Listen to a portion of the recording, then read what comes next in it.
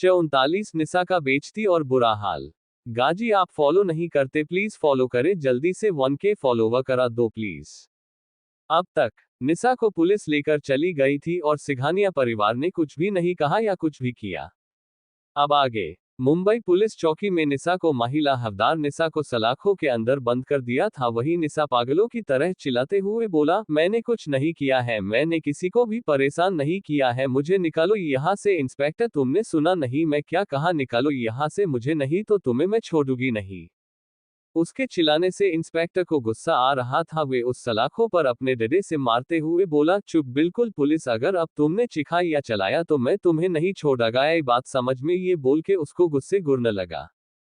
वही निसा तो उसके डंडा मारने से डर गई, पर फिर भी उसकी अकड़ कम नहीं हुई और उस इंस्पेक्टर को गुस्से और नफरत से देख के बोली, तुम्हें क्या लगता है कि तुमसे मैं डर जाऊंगी? तो तुम गलत सोच, मैं निसा सिंघानिया हूँ और सिंघानिया परिवार की प्रिंसेस हूँ, तुम मेरा कुछ नहीं बिगाड़ सकते हो, समझे? और वही उसकी बात सुनकर इंस्पेक्टर और वहां मौजूद सब पुलिस वाला ने उसकी तरफ देखा, फिर एक दूसरे को देख के जोर जोर से हंसने लगे। वही वे इंस्पेक्टर अपने पास खड़े हवलदार के कंधे पर हाथ रखते हुए बोला, अरे मिश्रा जी, हमें तो पता ही नहीं था कि ये मोहतरमा सिंघानिया परिवार की प्रिंसेस है। अरे हम सब के जेल में सिंघानिया परिवार की प्रिंसेस है। फिर थोड़ा डरने का नाटक करते हुए निसा की तरफ देखते हुए हाथ जोड़कर कर आगे बोला, अरे मैडम मुझे माफ करना, मुझे पता नहीं था। ये बोल के डरने का नाटक करने लगा जैसे कई वे सच ने निसा की बातों से डर गया हो।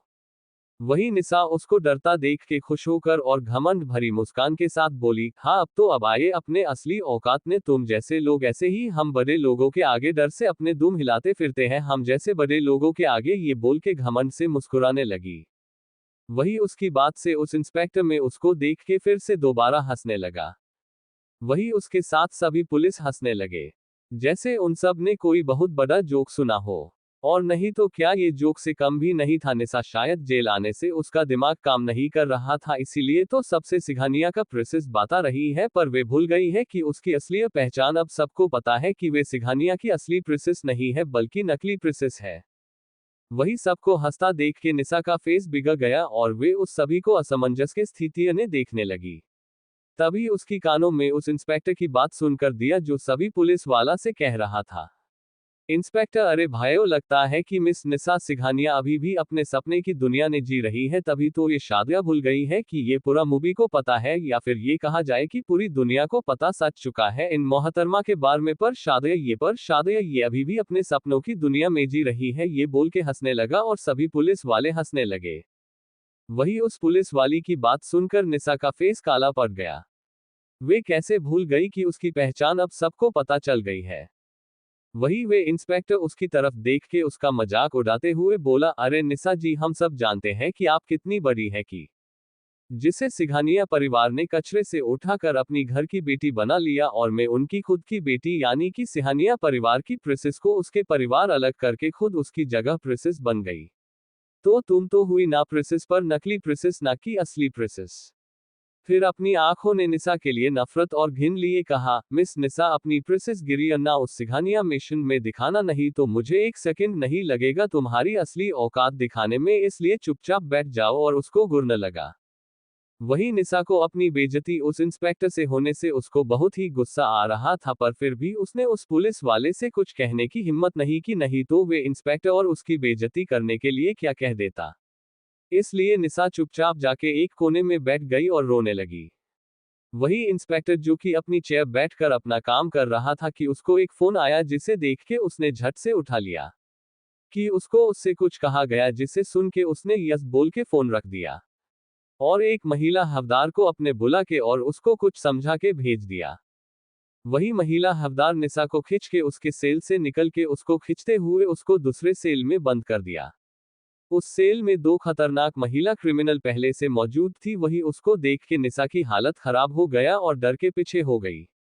वही वे दोनों तो उसको देख के उसको ऊपर से नीचे तक देखने लगी कि ये दोनों को खूबसूरत लड़कियां बहुत पसंद थी। उसने से एक उसको ऊपर से नीचे तक देखते हुए उसकी तरफ बढ़ गई और दूसरी वाली से बोली, अरे कमला, देख तो क्या मस्त माल हमारे साथ रहने आए हैं। ये कहते हुए वे निसा के पास आ गई और उसके पास बैठ के उसके चेहरे पर अपने हाथ छूते हुए बोली, अरे चिकनी, तू बड़ी खूबसूरत है, मुझे तो तुमको देख तुमको चखने का मन कर रहा है। और उसको गंदे तरीके से उसको छूने लगी। वही उस महिला क्रिमिनल की बात और उसको ऐसे छूने से डर से कांप गई और उसने उस महिला क्रिमिनल को खुद से दूर धक्का दिया और चिल्लाते हुए बोली, यू ब्लडी बिच, दूर रहो मुझसे, तुम जानती नहीं हो मैं कौन हूं, मैं निसा सिघानिया हूं, सिघानिया परिवार की प्रिंसेस समझी, इसलिए मुझसे दूर रहो नहीं तो तुम्हारे लिए अच्छा नहीं होगा। वही उसकी बात सुनकर के दोनों एक दूसरे से देख के हंसने लगी और वे दूसरी वाली जिसका नाम कमला था वे पहली वाली से देख के बोली, अरे माला ताए, आज तो अपुन की मजे ही मजे है, देखो तो हमारी सेल में के प्रिंसेस आए हैं, अरे इस प्रिंसेस को चखने में बड़ा मजा आएगा। उसकी बात पर पहली वाली यानी कि माला ताई बोली, सही बोला रे कमला, आज तक तो सिर्फ मामूलिया सी लड़कियां अपन को मिलती थी पर आज तो हमें चखने के लिए ये खूबसूरत और प्रिंसेस मिली है। ये बोल के शैतान की तरफ हंसने लगी और उसके साथ कमला भी शैतानों की तरफ हंसने गई। स्टोरी अच्छी लगी हो तो लाइक शेयर कमेंट फॉलो करे गाइस। आज के लिए बस इतना ही, मिलते हैं नेक्स्ट एपिसोड में, तब तक के लिए सभी को राधे राधे। ये क्रेडिट ऑथर त्रिपाठी को जाता है जिनका लिंक नीचे डिस्क्रिप्शन में दिया गया है।